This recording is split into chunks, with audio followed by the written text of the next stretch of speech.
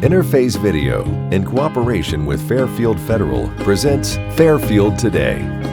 Brought to you by Fairfield Federal Savings and Loan, Fairfield Medical Center, Fair Hope Hospice and Palliative Care, the Frankie Smith Funeral Home, Fairfield County Adam H., Dagger Law, and the Fairfield County Board of Developmental Disabilities. Hello friends, and welcome to Fairfield Today. I'm Paul Jasson. Thank you for joining us. We are back at our location downtown of Fairfield Federal in the main lobby downtown, right with the gazebo behind us and where everything. This is our first live show we've done since the festival ended, so it's very cool to be back here and survive that. Moving on to whatever the next event is, which there always are next events. Thankfully, we're back with next events. So we're glad you're with us today. A couple of interesting guests, we believe, with interesting things to talk about. And we'll start out with Wands and Wizards. This has become just a giant, iconic entity all its own here in Fairfield County, and we're going to talk about that and just see how big it really is. And the people that behind that for Fairfield County are Visit Fairfield County, and we're going to talk to Jonette Haberfield about that. Jonette, how are you? I'm good. Good to see you, Paul. Is it all Wands and Wizards all the time now? It pretty much is in our office. It starts in a day or so, so we are. So you've probably been on this for what, months? Well before the festival. Yeah. Well, we actually started meeting with businesses back in January. Wow. So it takes a lot of coordination. We have 50 businesses and organizations this year participating. So that takes a lot of coordination. So the first show, first day this will run will be Tuesday, the 8th. So it's really this Thursday, Friday, and Saturday, 3 days. And it is just mega big. I mean, it always has been big, but now with being gone for a while, now it's back and it's bigger. Yeah, this is our first real attempt at doing this since 2019. So since before the pandemic, and people have been chomping at the bit for this event to return. So it's exciting. Nice little logo here. Shane will put that up. Lancaster and Beyond Wands and Wizards Weekend. So how many businesses, you say? 50 businesses. And it's a partnership with us and Destination Downtown Lancaster and the Pickerington Village Association, the Pickerington Library, and the Fairfield County District Library. So all of us work together. So that opened up a lot of opportunity in Pickerington, and also we have participation in Baltimore this year, and in Lithopolis with Wagnall's Memorial Library. Well, so, these are all great entities that in themselves have a great following beyond the things you like to pump. Now, I know it's been all over social media. I've seen it there, and I guess that's the ticket. Get it out on social media, and then it kind of gets legs and a life of its own. So what actually happens when we begin this on Thursday? Well, our office becomes Wands and Wizards headquarters, so people can come to our office to learn all about what there is to do. Just a couple blocks. They can also get merchandise. We have, of course, the T-shirts, the magnets, the tote bags, all that kind of stuff. And those people who purchased a getaway package, which is something that people coming from out of town do typically, they can pick up their little welcome bag that has some goodies in it and has vouchers for certain things. And but it's not a street fair. A lot of people think that it's a festival, that like they're vendors out on the street, and that's not what it is at all. It's an exploration of businesses, kind of like the art walk where you go in and out, to see the art. It's kind of like that. You go in and out of businesses, and a lot of restaurants are doing special food. The pubs are doing special potions and neat things. And then businesses are doing either workshops where they've got special merchandise. Like Tracy Lynn's Collections is turning her entire store into a Wands and Wizards retail location. For that whole period of time. For that whole period of time. And then the libraries, they're the ones really doing the Harry Potter themed things. I can see Becky. Yeah, that whole library turns into a Harry Potter movie, and they've got great activities, and everything at the library is free. Where some of the things, workshops and things out in the community, some of them have a fee, some of them you have to register for, most of them you can just walk into, but everything at the library is free, which is great. Now, is this, you mentioned that, is this sort of a spin-off of Harry Potter then? That's how it started. But that's now been what? A decade, 2 decades ago? Exactly, 25 years. And so now here, it's incredibly popular with this.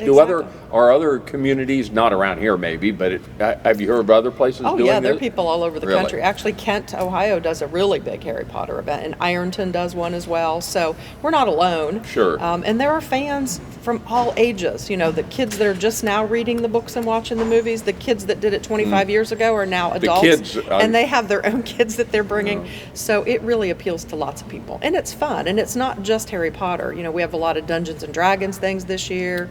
We have some Renaissance Festival type things. In Pickerington on Friday, they're doing a what they're calling a Wizard Fair, which it's more like a Renaissance fair, but they're going to have a lot of live entertainment and strolling musicians. At a location? It's at Victory Park, right downtown in Pickerington. So that the Pickerington Village Association is coordinating that with some volunteers and the library. So it's just been phenomenal, the interest. And, you know, part of our job as the Visitors Bureau is to market it outside of the area. So, you know, our PR and marketing team has been working with media like the Cincinnati. I had an interview the other day with City Scene in Cincinnati. We've had interviews with people in Indianapolis. So the word is out, and that's how it happened in 2019. We had thousands of people come from all over the region, and they're all dressed in costume. So just looking at people on the sidewalk is entertaining. And there are costume contests that people can enter. There's just a plethora of things. And a lot of the businesses that are in Lancaster now didn't exist in 2019, like Stump.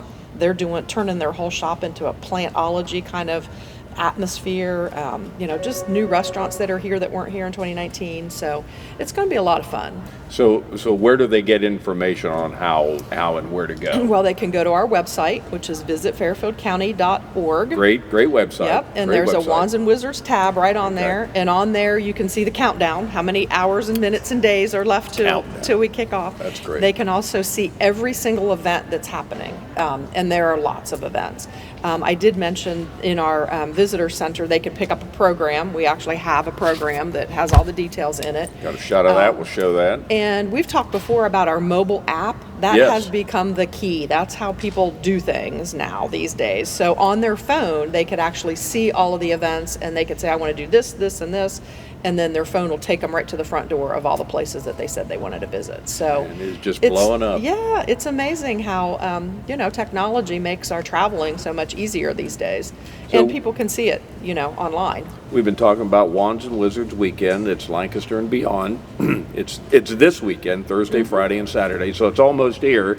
If the first time you're seeing this or hearing about it is on the show, we probably not. You've probably seen it on social media. You've had all kind of things out during the festival. You had things out about it. The businesses are all talking about it, so it's just crazy popular. And we'll move on from that, but I'm guessing that your office then gets your share of inundation with calls from everywhere. From everywhere. Yep, we sure do. And that's great because, you know, it's a good local event, but it's really great to bring more people into the community. Sure. And that's part of our job. Not Sure. all of our job, but that's part of our job, is to get new people to come and experience, you know, our county. And, you know, a lot of people on their way to and from Hocking Hills Sure. stop in Fairfield County to eat and drink and participate in our events and, you know, go to our museums. You wonder what those people would be thinking if they stop in. They don't know about it. They stop in to get a hamburger someplace, and everybody's sitting around all just, what's going on here? And again, here? that it That's just good. enlightens them some. It does. Yeah. So this weekend, Thursday, Friday, Saturday, we'll hit it again before we go, but it's on the website, visitfairfieldcounty.org, and just a tab there and just all kind of information on it. And I was noticing that you have for our purposes here, Jonette, a reasonably new book about Visit Fairfield County. Yeah, every year we come out with our annual destination guide, and it's sort of our inspiration piece that we use to sell Fairfield County to potential visitors. So it's out in the tourist information centers along the interstates. That's what we send to people when they call 1-800-BUCKEYE and ask for information about our county. That's what we send them. It's not our whole website in a magazine, because that would be impossible, but it's the highlights of what you can see in the county, and it's how we try to get people interested in coming to visit us. And it comes out in April every year, so it's been out a couple And it's months. really kind of the whole county kind of it's deal, the whole county. especially in Lancaster, Pickerington, Buckeye Lake, which were really the kind of the sites that are going on. So just a lot happening here.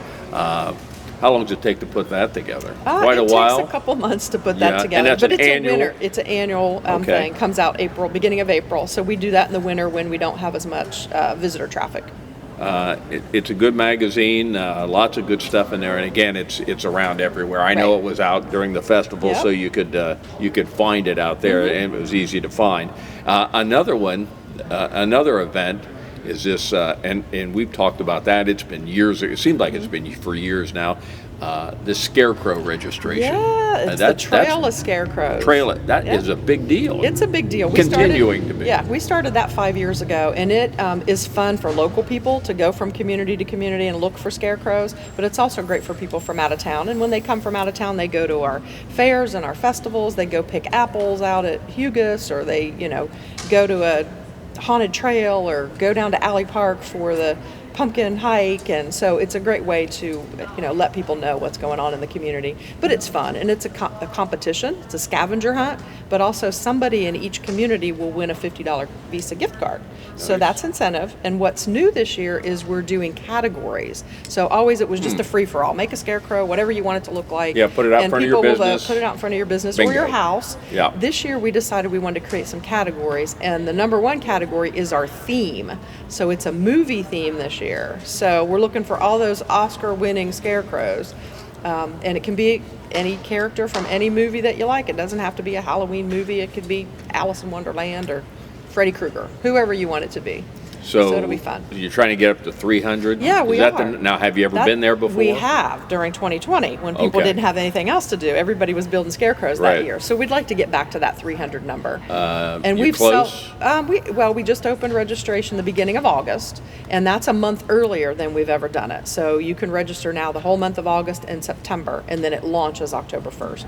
And those scarecrows are out for a whole month. So it gives people plenty of time to get out and explore and see them and take their pictures with them and share it on social media. It's great for the whole family. Jonette Haberfield is with us, Executive Director of Visit Fairfield County.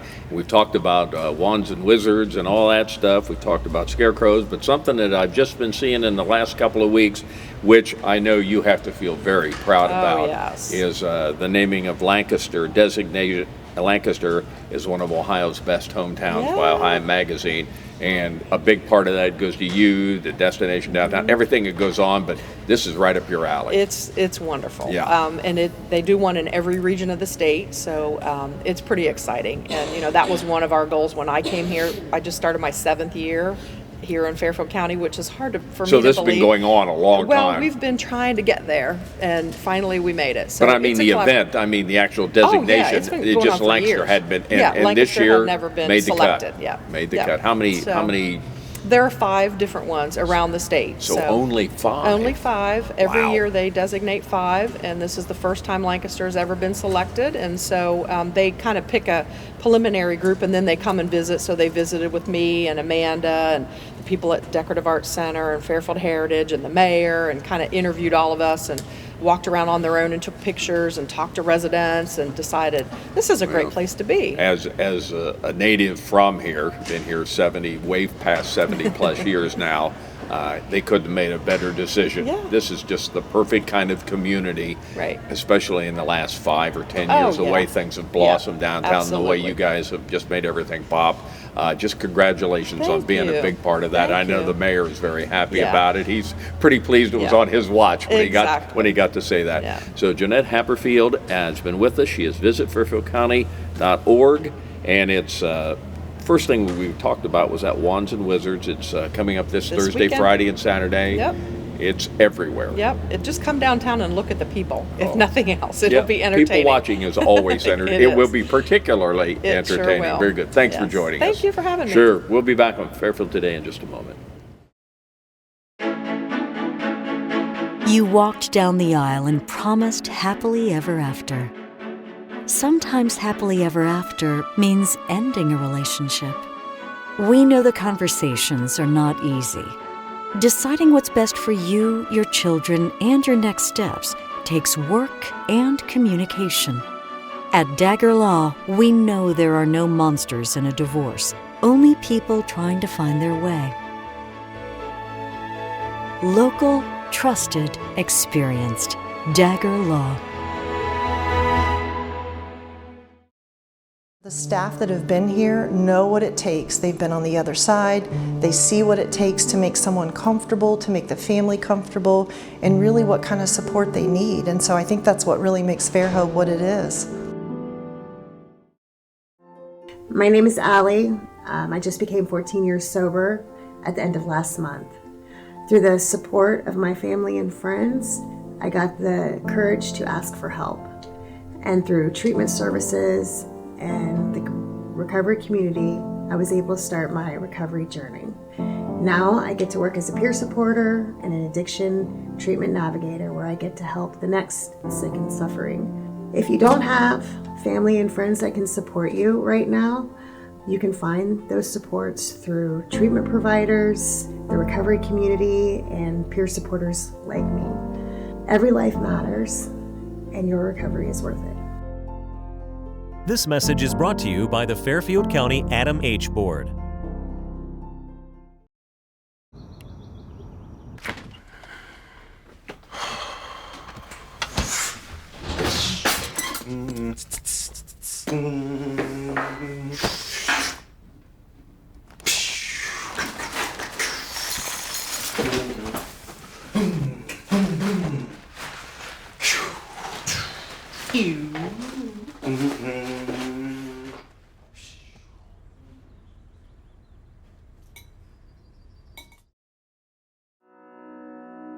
The Frankie Smith Funeral Home and Crematory in Lancaster and the Johnson Smith Funeral Home in Baltimore have a long and wonderful history of serving our community.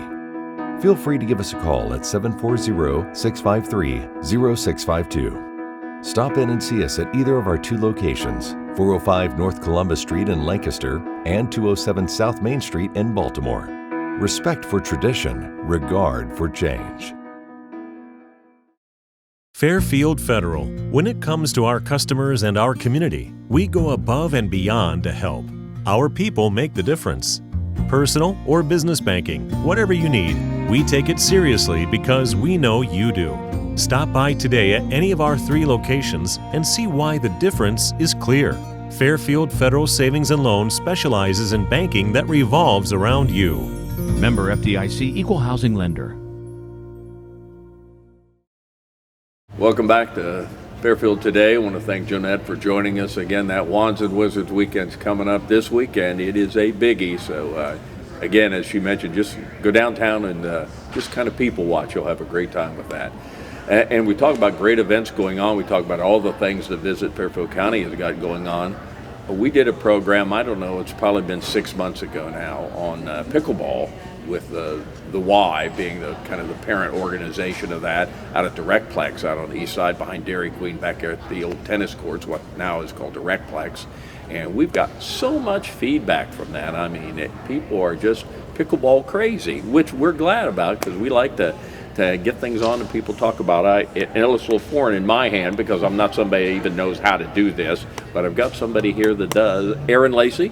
Aaron, welcome. Pleasure to have you me back, Paul. I appreciate you bringing a few special effects here to look at. These probably look better in your hand than they would mine right here. This is my personal paddle right here. Is that right? I think it likes you, Paul. It likes you a lot. This is pickleball crazy. People are. Again, we got so much feedback from that. People were so pleased to just know that people care about it and everything out at the Rec Plex. And we'll talk about all the things going on in the city, but it's continuing to grow, to get big. You're having tournaments all the time. I mean, it's just really something. It's very exciting to see. Speaking of past events, in Lancaster, our latest one at the Rec Plex, we had a little team format tournament where you signs up as teams of 4, a little different than casual doubles. I believe I was really excited that you reached out again because I think it was a couple days to a week before you reached out.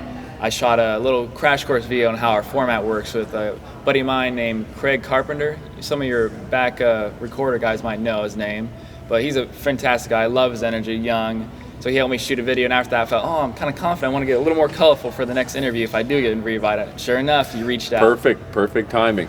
The time Shane and I went out there, and we got some video we're showing, but when we went out there, I mean, all the courts, and there's a lot of construction, a lot of things going on out there all the time, because you're not the only thing that the Y does out there. A lot of gymnastics things happen at the Rec Plex, but my golly, the people lined up to play. They're just, now I guess it was, I don't know if it's tournament I was there or league probably, But is it continuing to be that popular? Oh yes, we've already had like so much growth even outside. The Rec Plex is a little quieter during the summer hours, so kind of helps me focus on other things. It's more of a winter time thing. Yeah, people fall, come. spring, winter, and then once summer hits, that people start to migrate outside a bit. But even outside, I've seen just more and more, like groups of 20, if not 16. I've seen that people I've never seen before playing in Lancaster. It's just phenomenal to see. And I want to give a little plug to the Lancaster Parks and Recreation Department. They obviously have heard the news here that pickleball is big. So we talk about places like Rising Park, Mayor Park down there on Reese Avenue, and then out on the far west side off of Shoshone out in that end, Cedarland Park.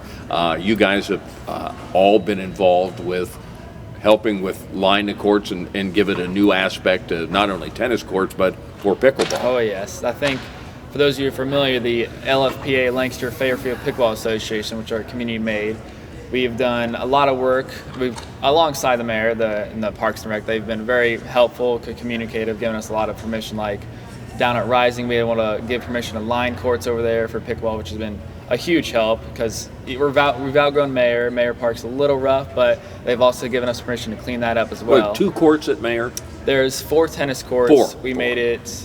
We do line 3 for pickleball, and the 4th has 2 pickleball nets if you have a portable net. Okay. So we got 5 over there, and then Rising is kind of like there's 2 with the tennis net, 4 with portable, and so on. And then for those of you familiar with Cedarland, it's kind of like in that back little alley. Yeah. Or not alley, but you know what I mean. In the corner. Yeah, back and there. like a neighborhood, nice neighborhood, baseball fields, all that. Sure. There's a kind of hideaway tennis court, which it's very good condition, I will say. And we were able to go out there, clean it up a bit, and paint 2 portable pickleball lines there as well. I go through, especially on the weekends, I'll drive through Rising Park because that's one of my favorite places to go. We are so fortunate to have just an amazing park like Rising here in Lancaster and Fairfield County to use. But now I know the city tennis tournament, I think it might have just ended, but every time I go through there were almost never any tennis players, but there were almost always pickleball players there. Yes. Now, most of the time, it seemed like they were using just the tennis nets because they just come, show up, and use that. But the last couple of times I've been through, they have what you've been explaining, these portable nets, their own nets. So are they at a different height, or what's the deal? The biggest difference between a tennis net and a pickleball net, other than it's, I believe, 36 on the ends for tennis and 34 in the middle. Pretty much a pickleball net is 2 inches down from each, so 34 on the sides, I think it's 36, and then 34 in the middle. Okay. So then add 2 inches for a tennis net. And then obviously the length, the tennis net is pretty long compared to a pickleball court. Yeah. So when you add a pickleball court with a pickleball net, you open up what's called ATP, also known as around the post, which is a lot easier to do with a pickleball net than a tennis net. Sure, I've seen that where you just slap them around there like that. And another nice thing is we can get sometimes up to 4 pickleball courts portable on 1 tennis court. Usually try to keep it on 2 for 1 to keep it nice and controlled, but still. So these are nets that these people must purchase themselves? Yes. I mean, that's, and obviously they get the rackets and the balls, but then they purchase the nets, so when they go, they just really set it up really 100% pickleball. Most of the time you can find them on pickleballcentral.com and all these other pickleball stores. If you reach out to me, I'm more than willing to help you, kind of guide you. You can usually get a pretty good net for around $100, $200, around that price range, and then it's just a bunch of tubes. You put it together, put the net on, and boom, you got a net. Yeah.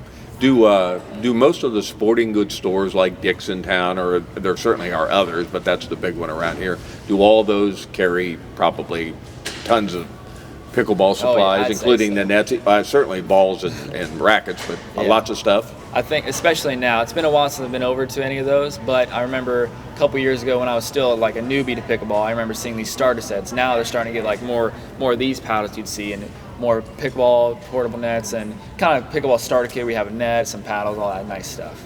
And I suppose it's as I remember when tennis took off, many years ago, all of a sudden you started to see the increase, the better rackets, the more expensive rackets. I'm sure they were better, but they got incredibly expensive because when I first started, you just had wood rackets. My first tennis racket was a wood racket, and relatively inexpensive compared to what the composite ones became. And so I guess that's the way it is now. You could probably spend whatever you like. Yep, it's pretty much the same as pickleball. We start off with down in Westwood Bridge in Washington. It was just kind of these oversized table tennis paddles made out of wood. Then it started migrating to sport we now know. Now the new technology, we have all these different layers. This is a carbon fiber paddle. It's great for spin and control. And there's all sorts of new technology. Yola, Diadem, Selkirk, they're all pushing pickleball to newer technology, which is really fun and exciting to see. Sure.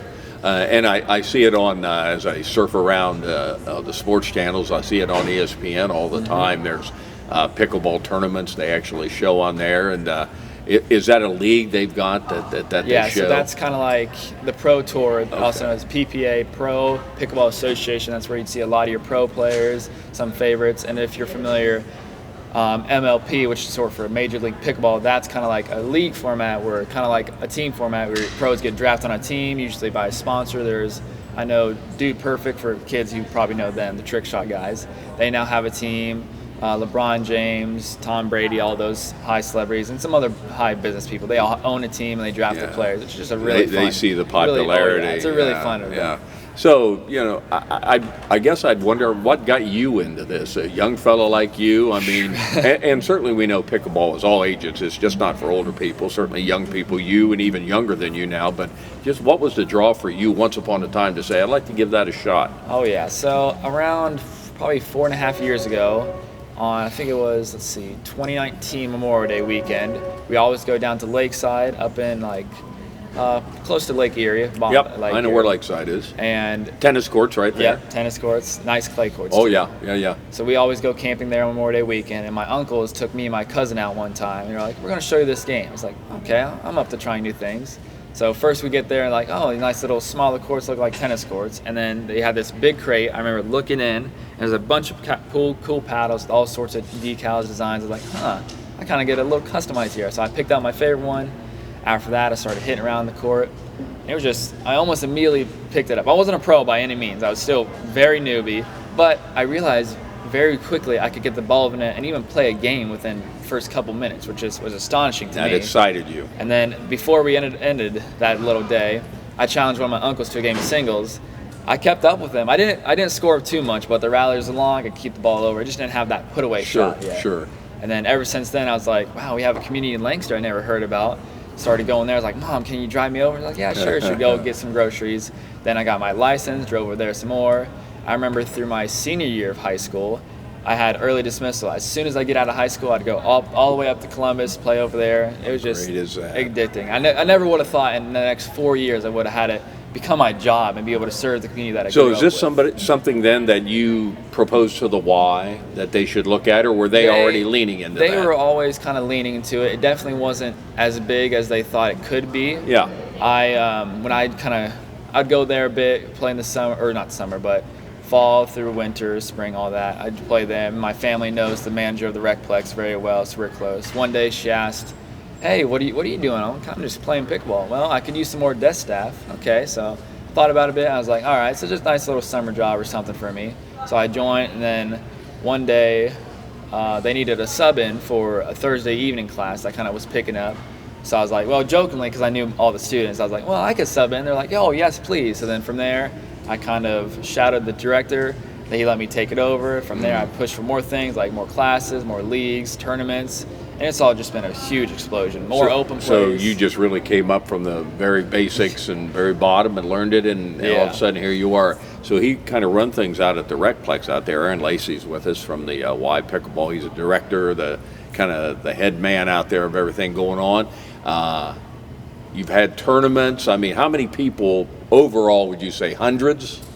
Pretty close. Our tournaments are a little smaller, but we kind of prefer. We want to give people more games, like almost a full day, if not like 3 to 5 hours worth. For not just one match and you're out. Yeah, not just one match, because a lot of these big tournaments, it's a big name and it's very expensive, but sometimes you could go 0-2 and have to drive another 3 hours. For us, we're kind of just, once you get you as many games as possible for a respectively good price. And I think we do a great job with that. Everyone loves our tournaments. We usually average around 50, 60, if not more than that. And that's just with 3 different divisions. Now, is all that information on the Y website? Oh, yeah, and I'm constantly thinking of new ways to upgrade it, like that new team format. That was a huge success. I think everyone really loved that. Definitely planning on doing another one of those. Probably probably mid-December. Now, we were talking before we went on, you talked about another tournament you're going to have. Was it Grove City, Groveport? Yeah, so I'm very honored. I'm going to be doing a tournament in Grove City on the new pickleball courts down there.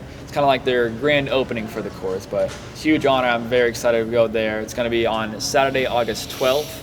That'll be, I think, our first event starts at 9 a.m. That's this Saturday, then, August 12th. This Saturday. Yep.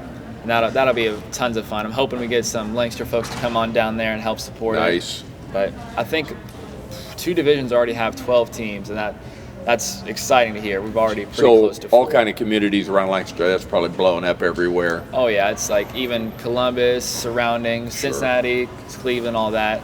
There's 2 facilities in Columbus now too. Pickle and Chill, that's on Henderson Road. Pickle and Chill, and then you like that. And then the Pickle Shack, which is another great facility. But I love going to both those places. It's incredible to see now we have a facility made just for pickleball. Yeah. And hopefully we get one of those all around, maybe even one in Lancaster, who knows. Well, Aaron Lacey, the guy that's headed it up for the Y here, and he's been in on the ground floor of this, and he's kind of helped the fruition of this to be where it is today. So, I mean, it's incredible out there. Congratulations on you and the Y and all the participants on that. You're doing a great job out there. Oh, it's all thanks to the community. Well, they do a great job here supporting that, but good to bring it to the forefront here and let everybody have a shot to play. We'll be talking to you, Aaron. Oh, yes. Aaron Lacey with Pickleball here at the Y. Thank you for joining us on Fairfield Today. Interface Video, in cooperation with Fairfield Federal, presents Fairfield Today. Brought to you by Fairfield Federal Savings and Loan, Fairfield Medical Center, Fair Hope Hospice and Palliative Care, the Frankie Smith Funeral Home, Fairfield County Adam H., Dagger Law, and the Fairfield County Board of Developmental Disabilities.